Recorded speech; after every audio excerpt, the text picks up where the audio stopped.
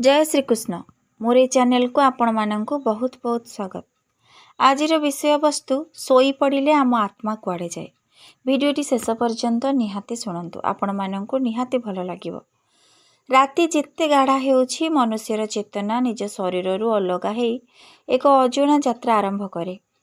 ताहा सही यात्रा जहाँ नित्य होउछि किंतु केही जाने नाही। सोई पड़े आम आत्मा कुआड़े जाए। भगवान श्रीकृष्ण गीतारे कहिछन्ति जेपरी जीव निज शरीर को छाड़ी अन्य शरीर ग्रहण करे सेपरी निद्रा समय रे आत्मा शरीर को छाड़ी अन्य लोकरे विचरण करे। पार्थ निद्रा एक छोट मृत्यु। शरीर शांत थाए किंतु आत्मा सक्रिय थाए। ताहा जाए ताहार संस्कार ताहार भावना और ताहार कर्मर लोकरे। तुमे जेबे सोई जाओ तुम मन तुम चेतना तुम शरीर धीरे धीरे विलग हेबा आरंभ करे। हृदयर स्पंदन मात्र जीवन को धरी रखे। शेष अंश आत्मा निज यात्रा बाहरी जाए। से यात्रा मानव लोकरे नुहे से जाए स्वप्न लोकरे अन्य आत्मा मानक सह मिले। केही निज पितृपुरुषों सह केही देवतांक सह केही आत्मिक लोक सह मिले। यही दृश्य सत्य जेतेबेले शरीर निद्रा रे पड़ी जाए आत्मा मनर शक्ति द्वारा जागी थाए। ताहा निज संसार सृष्टि करे जेउठी से देखे अनुभव करे किंतु शरीर से ही अभिज्ञान को भूली जाए। जेपरी तुमे स्वप्न देख केबे उड़ुछ केबे जल रे चालुछ केबे मृत्यु हेउछि मध्य तथापि जागिले सबु भूली जाओ। से सबु हेउछि आत्मार यात्रार छाया। श्रीकृष्ण कहिछन्ति निद्रा मध्यरे जीव ताहार कर्म फलर आधार रे जेउ लोक को जाए से सेठी समय काटे। तेणु जेमिति तुम मन शांत तुम भावना पवित्र सही भली तुम आत्मा शुभ लोक को जाए। किंतु जेमिति मनुष्य चिंता लोभ क्रोधरे भरी जाए से निद्रा समय रे तलस्थ लोकरे विचरण करे जेउठी अशांति भय अंधकार रहे। सही कारण अनेक लोक दुस्वप्न देखती से आत्मार यात्रार चिन्ह। तेणु निद्रा पूर्वरु मनुष्य जेपरि भावे सेपरि ताहार आत्मा यात्रा हुए। जदि तुम्हें शांत मने भगवान को नाम नेउछ तेबे तुम आत्मा दिव्य लोक को जाए। पार्थ निद्रा हेउछि आत्मार विश्राम नुहे से आत्मार शिक्षा। प्रत्येक राति तुम्हें मृत्यु भली अनुभव करी फेरी आसुछ नुआ प्रभात नहीं।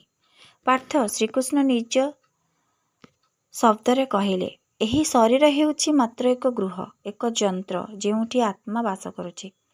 तुमे जेपरि घर मध्यरे रहुछ सेपरि आत्मा ही शरीर मध्यरे रही एहाकु चलाउछि। जेबे तुमे चिंता कर आत्मा मन को अग्नि देउछि तेबे तुमे काम कर आत्मा प्राणशक्ति देई शरीर को चालू करुछि। किंतु जेबे तुमे सोई जाओ से समय रे आत्मा मन को अलगा करी निज लोक को फेरी जाओ। निद्रा हेउछि शरीर पई विश्राम किंतु आत्मा पई यात्रा।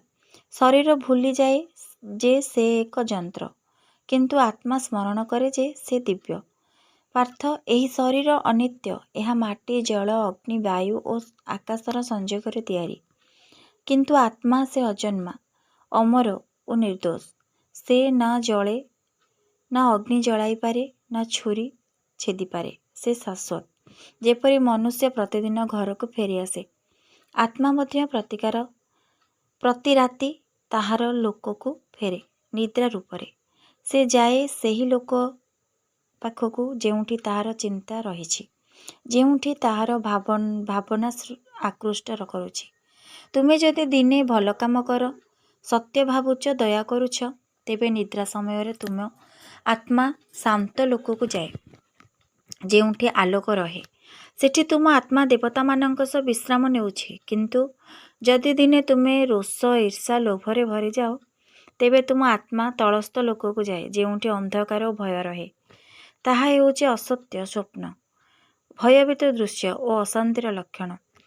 यही कारण पार्थ मु कहुछि निद्रा पूर्वरु मनुष्य जेपरि भावे सेपरि ताहार आत्मार यात्रा निर्णय हुए। जदि तुमे भगवान को नाम नेउछ सेतेबेले तुम आत्मा सेही दिव्य लोक को जाए। पार्थ तुमे जान शरीर और आत्मा मध्यरे मन हेउछि सेतु। मन जेपरि शांत हुए आत्मा सेपरि ज्योतिमय हुए। किंतु मन जेपरि तरंगित आत्मा ताहार शक्ति हराई निज यात्रा रे अंधकार को जाए। ତେଣୁ ଯଦି ମନୁଷ୍ୟ ନିଦ୍ରା ପୂର୍ବରୁ ଶାନ୍ତି ପ୍ରାର୍ଥନା ଓ ସେବା ଭାବେ, ସେ ନିଦ୍ରାକୁ ନିଜ ଆତ୍ମାର ସାଧନାରେ ପରିଣତ କରିପାରେ। ଏହାକୁ ଯୋଗୀମାନେ ସୁଷୁପ୍ତି ଧ୍ୟାନ କହନ୍ତି, ଯେଉଁଠି ଶରୀର ଶୋଇଥାଏ କିନ୍ତୁ ଚେତନା ଜାଗୁଥାଏ। ସେ ସମୟରେ ଆତ୍ମା ନିଜ ଅସ୍ତିତ୍ୱ ସହ ସାକ୍ଷାତକାର କରେ। ସେ ଦେଖେ ନିଜକୁ ଦିବ୍ୟ ଆଲୋକର ଭିତରେ। ସେ ଜାଣେ ମୁଁ ଶରୀର ନୁହେଁ, ମୁଁ ଆତ୍ମା, ଦିବ୍ୟ ଶକ୍ତିର ଅଂଶ। ଏହି ଜ୍ଞାନ ହିଁ ମୁକ୍ତିର ଆରମ୍ଭ। ଯେ ନିଦ୍ରାକୁ ବିଶ୍ରାମ ନୁହେଁ ସାଧନା ଭାବେ ଦେଖେ, ସେ ଜୀବନର ପ୍ରତିଦିନ ମୃତ୍ୟୁକୁ ଜିତିଯାଏ। ତେଣୁ ପାର୍ଥ, ଆଜିଠାରୁ ଯେବେ ତୁମେ ଶୋଇବ, ଭାବିବ ମୁଁ ଏକ ଯାତ୍ରୀ। ଏହି ଶରୀର ମୋର ଗାଡ଼ି। ଆଜି ମୁଁ ଦିବ୍ୟ ଆଲୋକକୁ ଯାଉଛି। ତେବେ ତୁମ ନିଦ୍ରା ଶାନ୍ତ ହେବ, ତୁମ ଆତ୍ମା ଉଚ୍ଚ ଲୋକକୁ ଯାଏ। ଏହା ହିଁ ଯୋଗୀଙ୍କ ରହସ୍ୟ।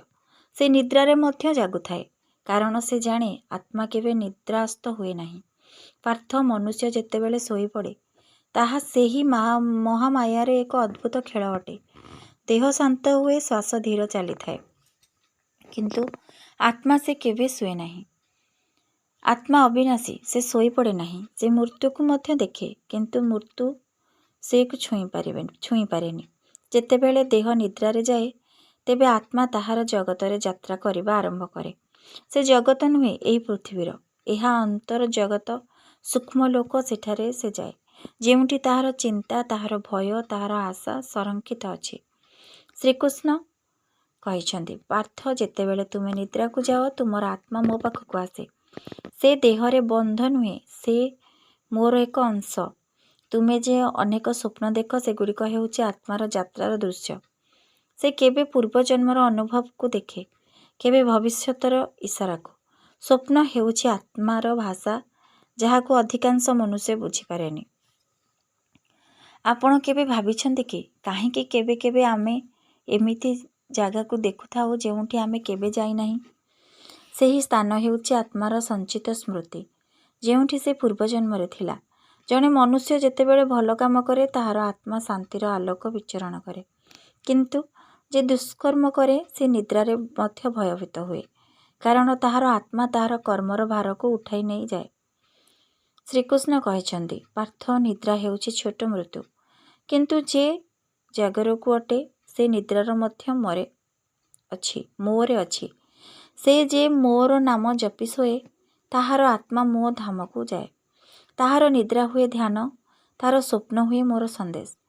ସେଥିପାଇଁ ନିଦ୍ରା ପୂର୍ବରୁ ଯେତେବେଳେ ମନକୁ ଶାନ୍ତ କରନ୍ତି, ଭଗବାନଙ୍କ ନାମ ସ୍ମରଣ କରନ୍ତି, ତେବେ ଆପଣଙ୍କ ଆତ୍ମା ତାହାର ମୂଳ ସ୍ଥାନ ଭଗବାନଙ୍କ ଲୋକକୁ ଯାଏ। ଯେ ମନୁଷ୍ୟ ଦିନଭର ଦୁଃଖ, ଦୋଷ, କ୍ରୋଧ ଓ ଚିନ୍ତା ନେଇ ଶୋଉଛନ୍ତି, ତାହାର ଆତ୍ମା ସେହି ଅନ୍ଧକାର ଚେତନାରେ ଅଟକି ପଡ଼ିଯାଏ।